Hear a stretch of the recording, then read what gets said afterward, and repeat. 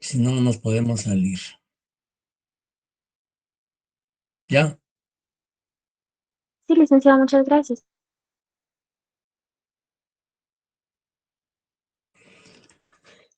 Bien. Ahora vamos entonces, lo que les interesa más que todo es ya la realización en la práctica de la audiencia de solicitud de orden de aprehensión.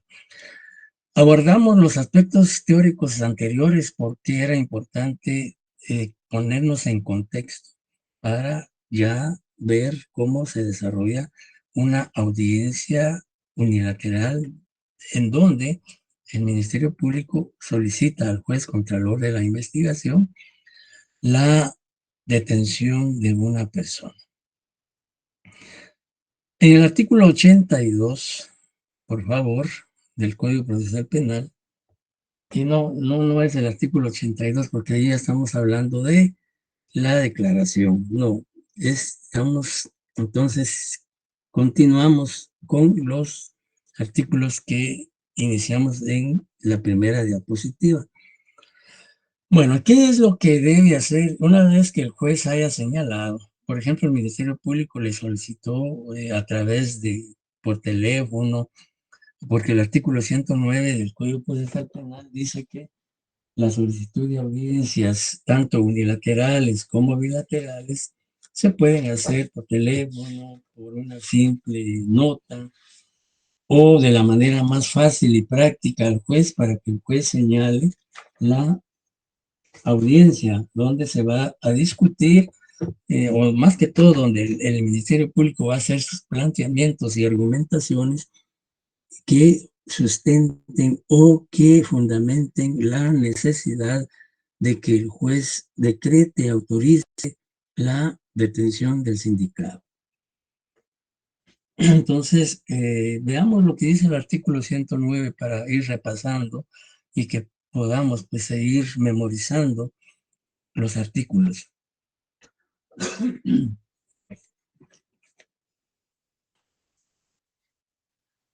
Alguien que nos 109. apoye, por favor. Peticiones. El Ministerio Público fundamentará sus requerimientos y conclusiones con expresión clara y concisa de lo que requiere. ¿Qué artículo está leyendo, perdón? 109 del Código Procesal. Sí, sí. Ajá. Peticiones. Ajá, exacto, sí. Por favor. Eh, el Ministerio Público fundamentará sus requerimientos y conclusiones con expresión clara y concisa de lo que requiere. Procederá oralmente en los debates y por escrito en los demás casos. Mire, yo creo que su código no está actualizado. Lic, permiso.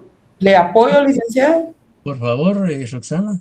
109 peticiones. El Ministerio Público, al igual que los demás sujetos procesales, harán todos los requerimientos en audiencia oral, unilateral o bilateral, según sea el caso, debiendo ser claros y concisos, demostrando y argumentando su pretensión.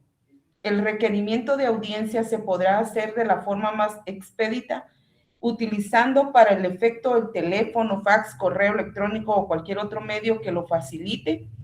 El juez o tribunal certificará lo conducente a donde corresponda, cuando el fiscal en forma injustificada no asista a las audiencias. Muchas gracias. Sí, solo para aclararle a César Chile que su código no está actualizado, entonces hay que tener cuidado con eso. El artículo ya reformado, el que nos hizo favor de leer Roxana, el artículo 109 fue reformado por el artículo 6 del decreto 18-2010 del Congreso de la República. Entonces, tal y como lo leyó Roxana, así está actualmente el artículo 109. Muchas Bien, gracias. Muy entonces, amable. una vez que el Ministerio Público ha hecho el requerimiento, ya el juez señala día y hora para la práctica de esa diligencia. Entonces, ya el día 6, imaginémonos que el juez señaló la audiencia para el día martes de la próxima semana, entonces notifica al Ministerio Público que el día martes a las 10 de la mañana se va a realizar la audiencia. Entonces el Ministerio Público tiene que estar presente en esa diligencia porque él fue quien solicitó esa diligencia judicial. Por eso es que el Código Procesal Penal también dice que, ¿qué pasa si el fiscal que solicitó la audiencia y el juez la señaló, por ejemplo, el día martes, que el día martes estamos hablando de 17 de marzo y señaló el día 17 de marzo a las 11 de la mañana y el fiscal fue debidamente notificado, pero no comparece, no llega, ni justifica su incomparecencia? Entonces, el juez lo que debe hacer es certificar lo conducente, dice, eh, prácticamente certifica al Ministerio Público la inasistencia del fiscal si él no justificó su incomparecencia, porque pudiera ser que justifique que no compareció porque tenía otra audiencia a la misma hora en otro juzgado y humanamente era imposible que él estuviera al mismo tiempo en dos diligencias judiciales.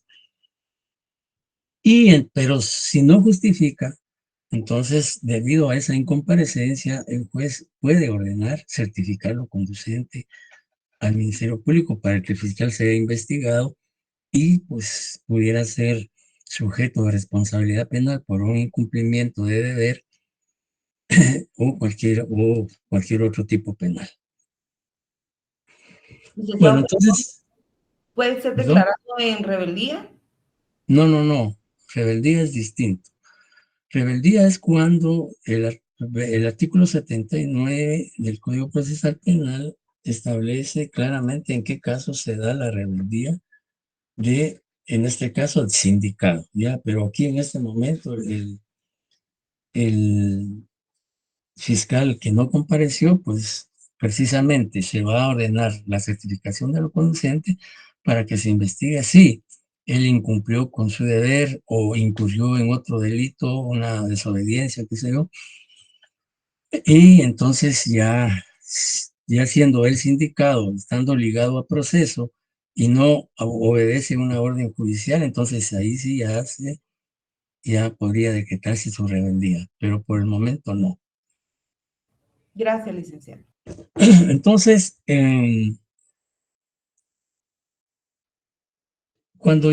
si el fiscal llegó a la audiencia, entonces ya el juez, ¿qué debe hacer el juez al momento de la audiencia?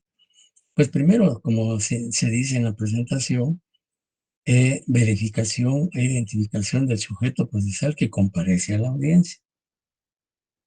Es decir, acá pues está presente el Ministerio Público, como ya dijimos, solo va a estar el Ministerio Público, no va a estar el imputado, ni defensor, ni querellante, etcétera, solo el Ministerio Público. Por eso es una audiencia unilateral.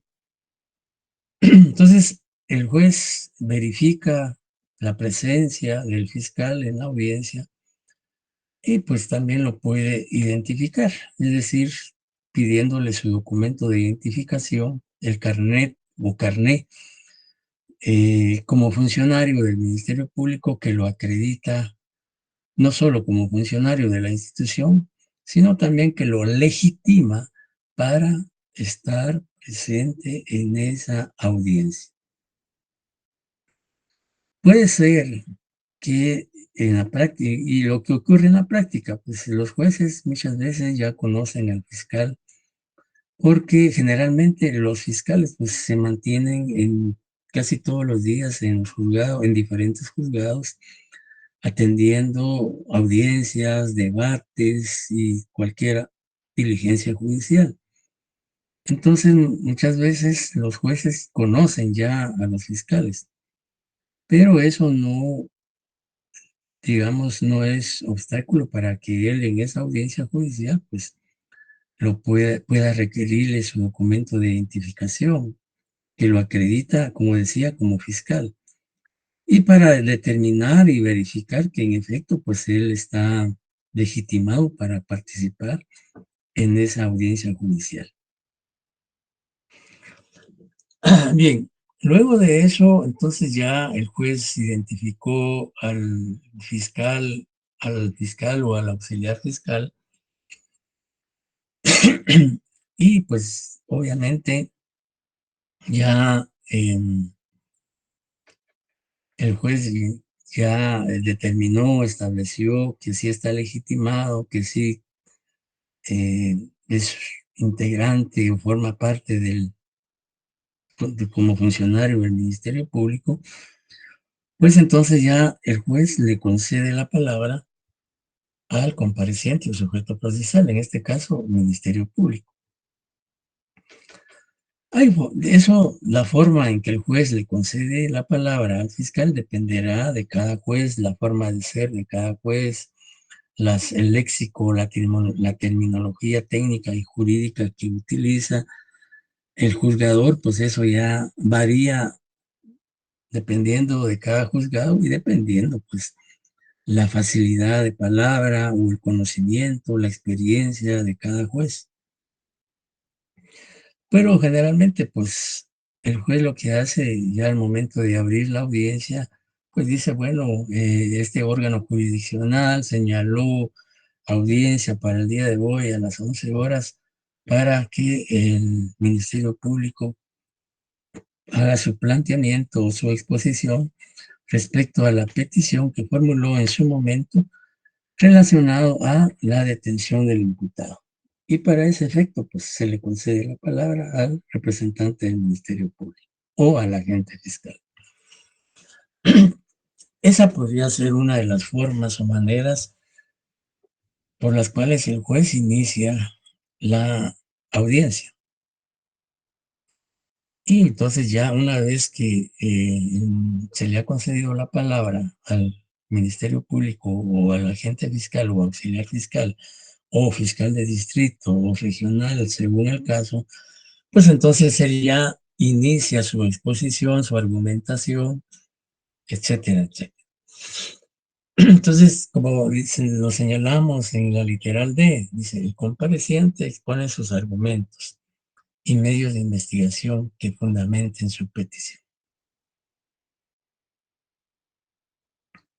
Esto significa que el Ministerio Público, para poder convencer al juez sobre la pertinencia o procedencia y necesidad de restringir la libertad del sindicado, debe hacer una argumentación persuasiva, convincente, no solo en utilizar un léxico jurídico y técnico, digamos, que convenza al juez, sino también aunado a esa oratoria forense que él pueda utilizar, pues tiene que justificar con los medios de investigación que ya vivimos, que esos medios de investigación pueden ser testimoniales, pueden ser documentales, pueden ser periciales, prueba material, prueba científica, etcétera.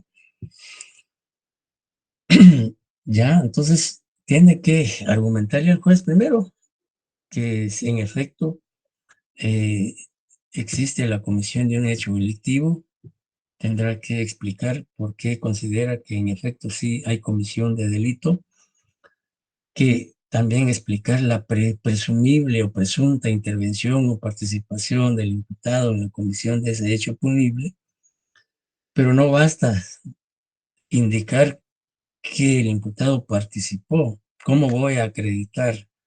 ¿Cómo voy a justificar? ¿O cómo voy a demostrar que en efecto el imputado sí participó en la comisión del delito?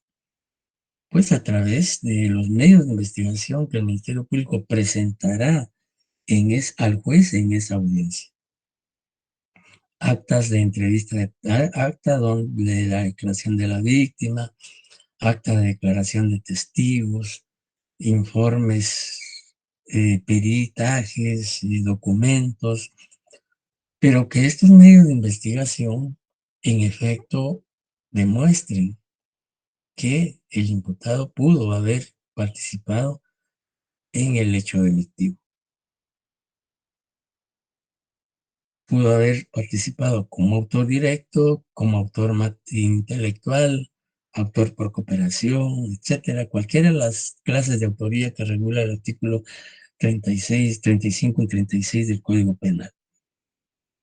Puede ser un encubridor también. Y, por supuesto, luego de la intervención, luego de la participación del fiscal en su argumentación, pues también él debe concluir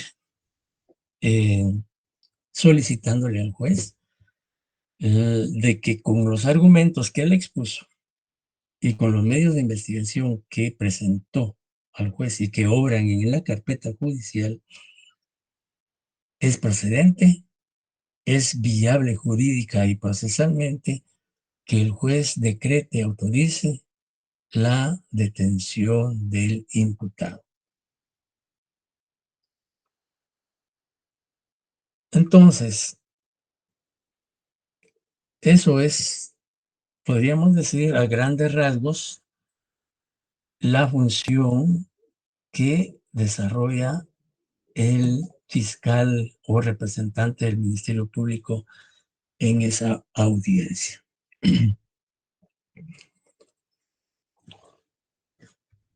Imaginémonos que alguno de ustedes como representante del Ministerio Público esté en una audiencia solicitando orden de aprehensión del sindicado. ¿Cómo harían su planteamiento? ¿Cómo harían su argumentación? Alguien que quiera participar o intervenir así rápidamente, que se ponga en el papel o en la función de fiscal. Imagínese que está frente al juez y que usted va a pedirle la orden de aprehensión al juez del imputado porque ya investigó y tiene elementos para que el juez autorice esa aprehensión. ¿Cómo haría usted su argumentación, su exposición? Alguien que se atreva a hacerlo.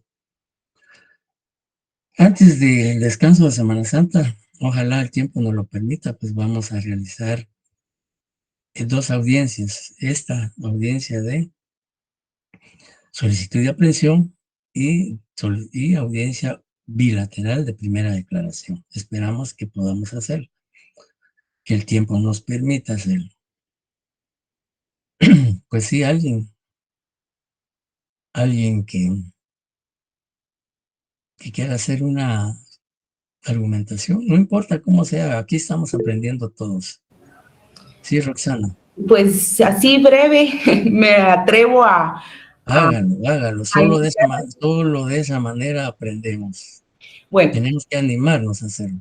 como que yo fuera una fiscal, ¿verdad? Entonces, Así es.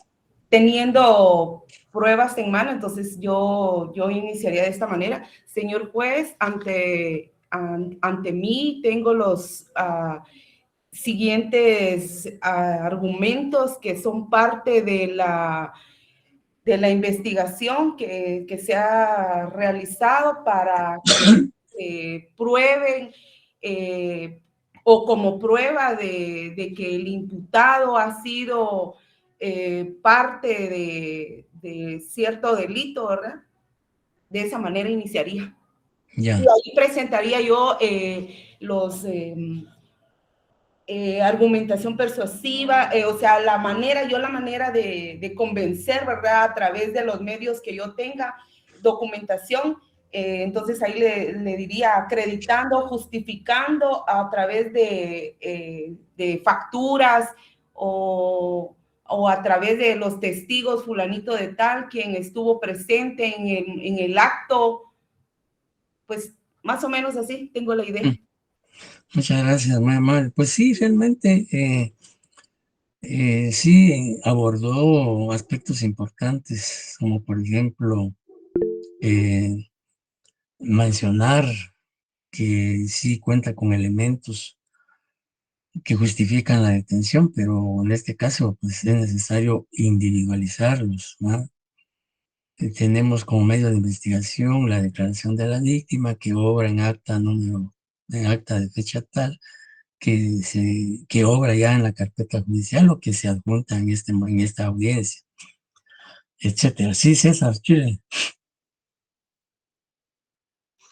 Fíjese que nosotros hicimos como participamos en un caso hipotético, de igual forma como ya la participación de la compañera, ¿verdad? De esa misma forma nosotros lo hicimos y aprendimos bastante, ¿verdad? Sobre lo que es cómo interactuar, lo que es Ah, en los procesos, ¿verdad? Como hablando de la primera declaración. no, pero esta no es una audiencia de primera declaración, esta es de solicitud de orden de aprehensión. Ah, bueno, disculpe. Bien, entonces miren, sí, por favor.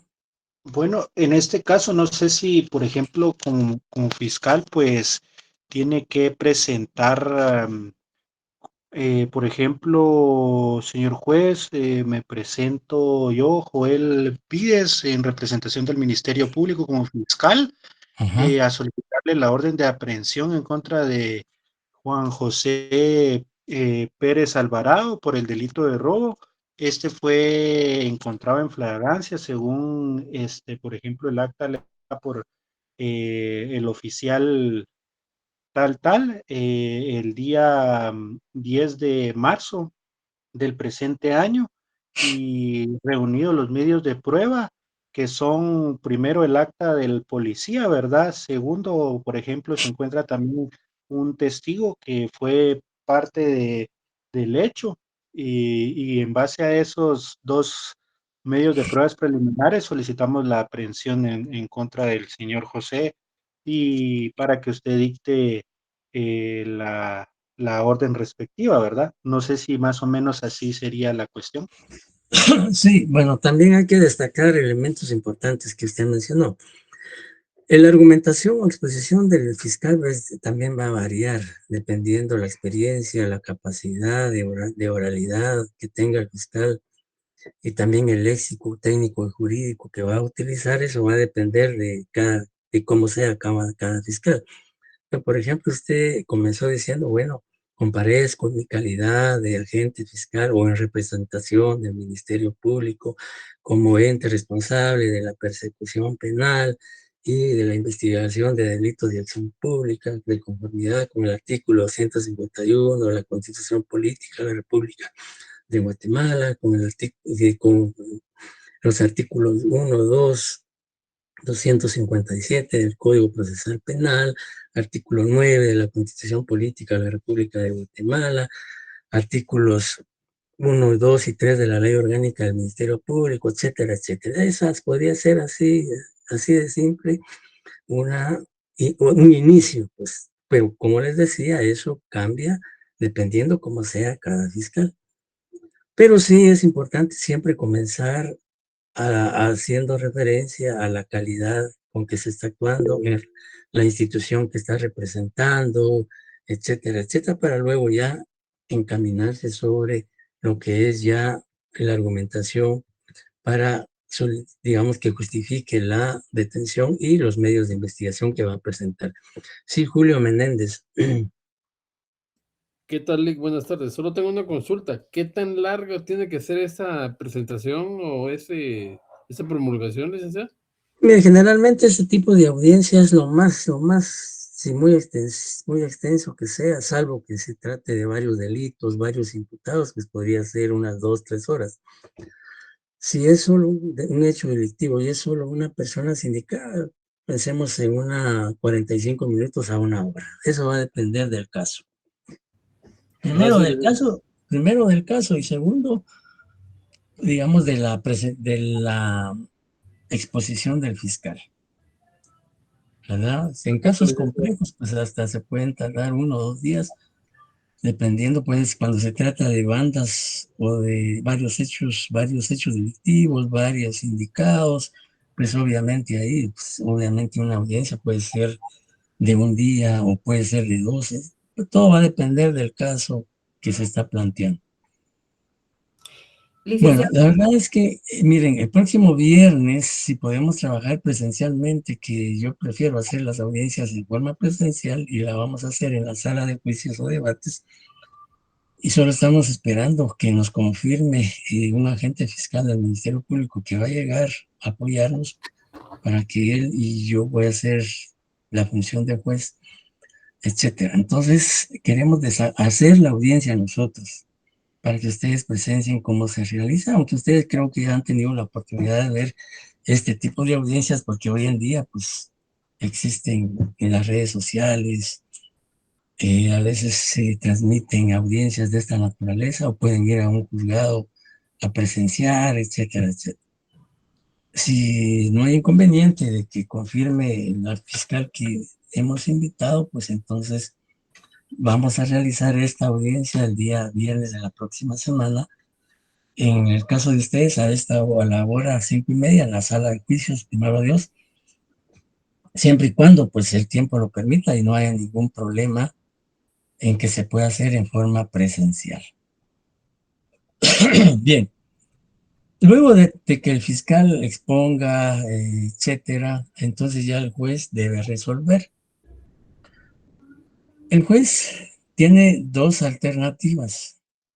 Por un lado, luego de escuchar los argumentos del fiscal y de analizar, digamos, o más que todo analizar los medios de investigación que el Ministerio Público presentó, no valorar, porque aquí en esta etapa procesal el juez no valora los medios de investigación. Es decir, o si queremos utilizar, no valora la prueba. Aquí no valora nada, solo hace un análisis de las mismas y si él considera que no solo los argumentos del fiscal y los medios de investigación que presentó en esa audiencia, sí, digamos, convencen al juez de que el imputado pudo haber participado en la comisión del delito, entonces el juez autoriza la detención. ¿Ya? Entonces el juez lo que aquí hace, y si el juez considera que sí procede la detención del imputado, pues en esa audiencia, en forma oral, resuelve. Pues por supuesto, como vamos a ver adelantito, el juez resuelve. Si el juez decide decretar la detención del imputado, pues entonces en la misma audiencia él indicará que autoriza la detención del imputado. Y ahorita vamos a hablar de la fundamentación. Y la otra alternativa o actitud procesal que puede asumir el juzgador es denegando la aprehensión. Y esto puede ocurrir porque posiblemente los argumentos del fiscal no fueron convincentes, no fueron persuasivos, no fueron contundentes, sino generaron duda en el juez o no lo convencieron. Entonces el juez deniega la aprehensión. En las dos situaciones, tanto en la autorización o la denegatoria de la aprehensión, el juez tiene que motivar, tiene que emitir su decisión fundadamente, porque así lo establece, así lo exige el artículo 11 bis del Código Procesal Penal.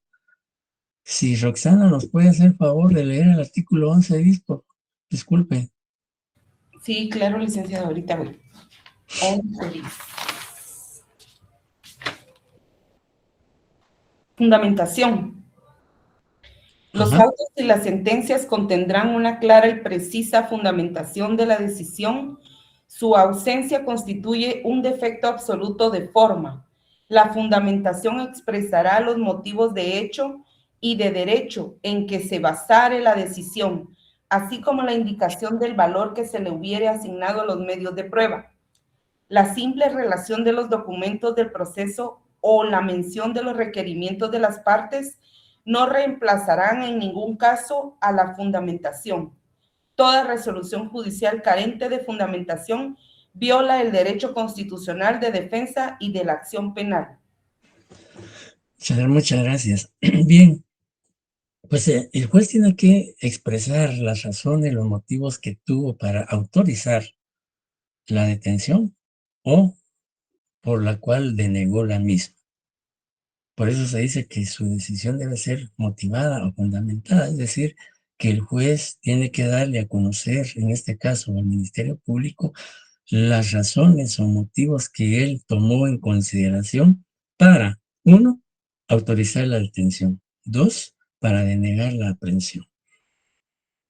¿Por qué? Porque el sujeto procesal tiene derecho a saber qué es lo que el juez estimó, qué es lo que el juzgador consideró para asumir la decisión judicial que adoptó. Y además porque es un mandato procesal de fundamentar la decisión judicial. Es decir, el juez al momento de resolver no puede concretarse únicamente al decir, este juzgador estima improcedente autorizar la detención del sindicado. Eso no es una decisión fundamentada. Igual, si la niega, tampoco el juzgador estima que es improcedente decretar la detención del imputado. Antes, en el código anterior, en el sistema anterior, pues así se resolvía, ¿no? Hoy no. Hoy el juez está obligado a exponer en su decisión judicial sus argumentos lógicos, jurídicos, coherentes, etcétera, para convencer al sujeto procesal que el juez tuvo razón en denegar. Porque si no, imaginemos que a criterio del Ministerio Público sí procede la detención, pero el juez la denegó.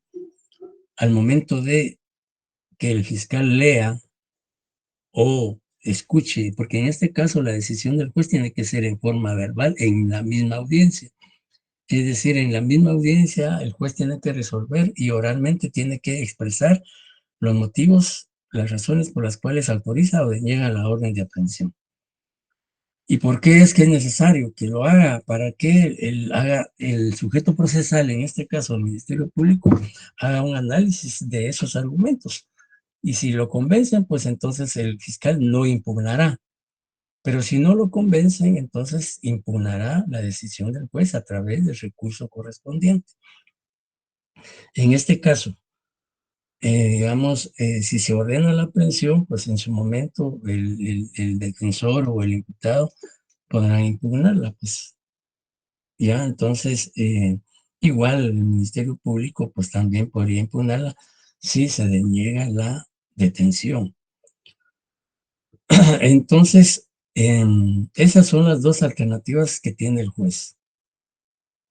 Luego, en esa audiencia, al concluir, durante la audiencia, pues la ley establece que se debe de elaborar un acta sucinta en la que se consigna resumidamente lo actuado o acontecido en la audiencia. ¿Por qué es un acta sucinta?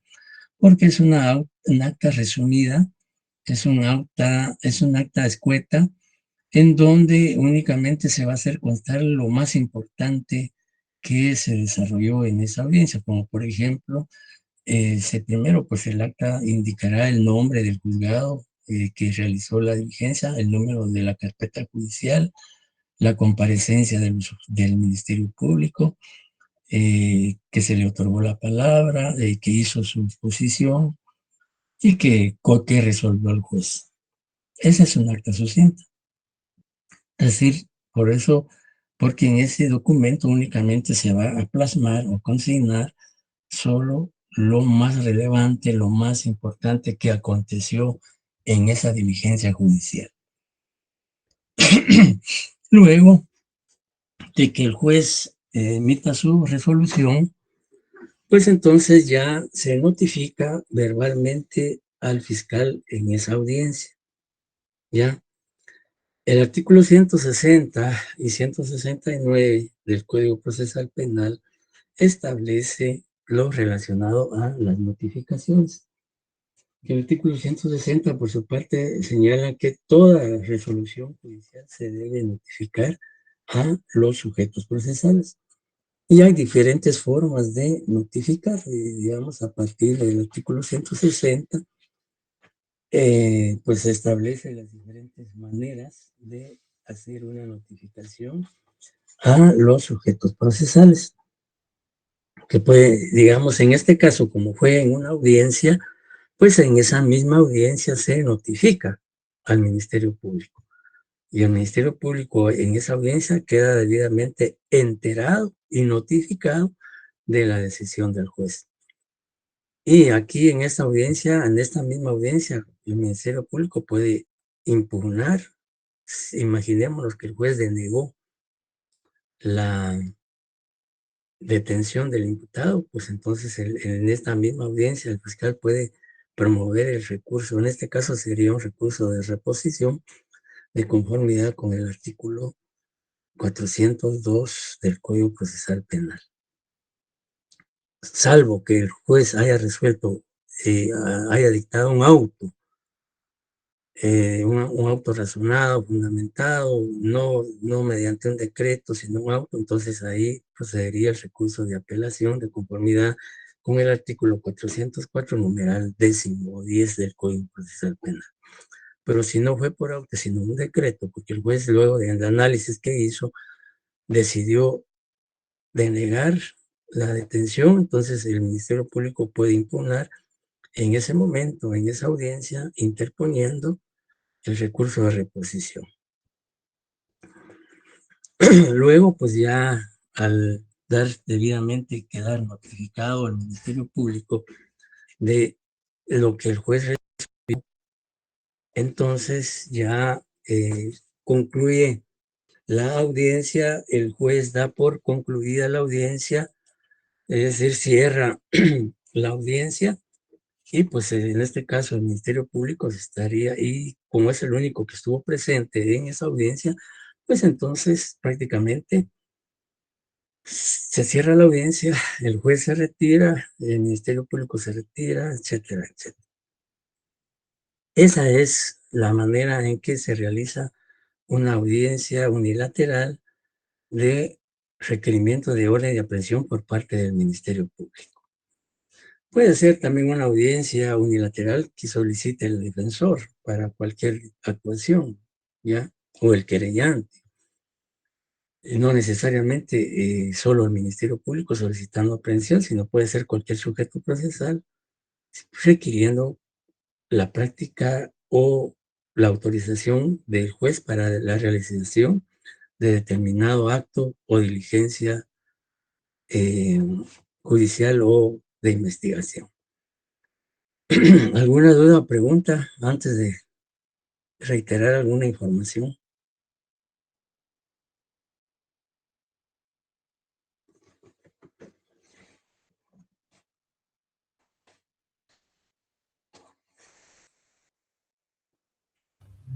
¿No hay dudas, preguntas, comentarios? Yo había levantado la mano hace ratito y no me vio. Sí, tengo Perdón, duda. dígame, Cuando Claudia. no soy Roxana. Pero es que aparece ahí Claudia. Sí, yo tengo la duda. Por ejemplo, el compañero, cuando dio el ejemplo y expuso los argumentos, él inició dando su nombre, su número de colegiado, me parece. Yo, bueno, a mi criterio, considero que ya no es necesario volverse a dar los datos del fiscal si al inicio de la audiencia se exponen, ¿verdad? ¿Quién es el Ministerio Público? ¿Quién es el abogado defensor? El nombre del imputado. Yo considero que ahí ya no se vuelven a repetir los datos, ¿verdad? Solo se dan los medios de investigación, los argumentos que se presentan. Es lo que yo puedo opinar.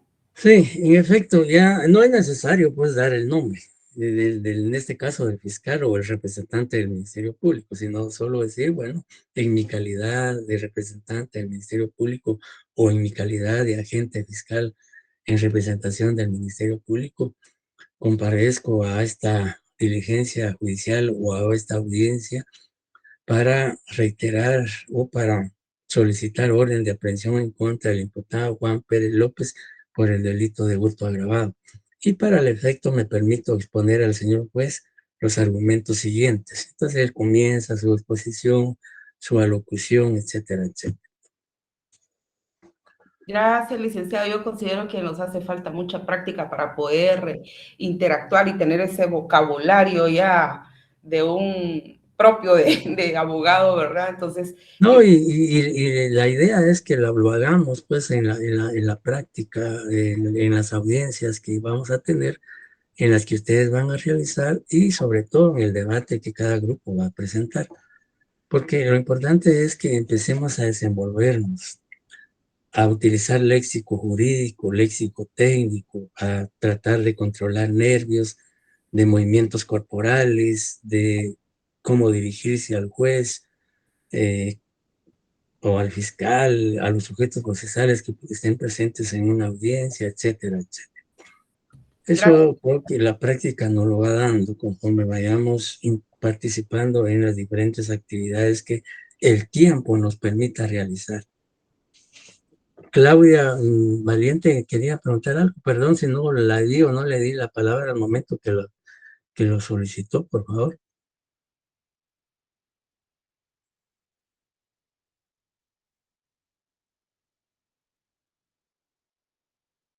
Bien, En el grupo logramos, un par de compañeros lograron ubicar que nos den un expediente en el Ministerio Público con los delitos, con el delito que nos corresponde, pero nos piden una carta. Entonces queríamos ver si usted nos hace favor. Nosotros la redactamos y bueno, no sé dónde se encuentra usted para poder llevarle la carta para que usted nos la firme y selle.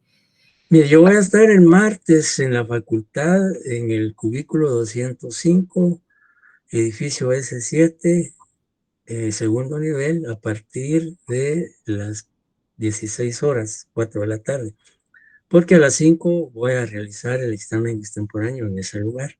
Entonces podían llegar allí y yo con mucho gusto se la firmo, si no, de todas maneras yo puedo llevar una nota y cualquiera de las dos pues pueden utilizar para presentarla.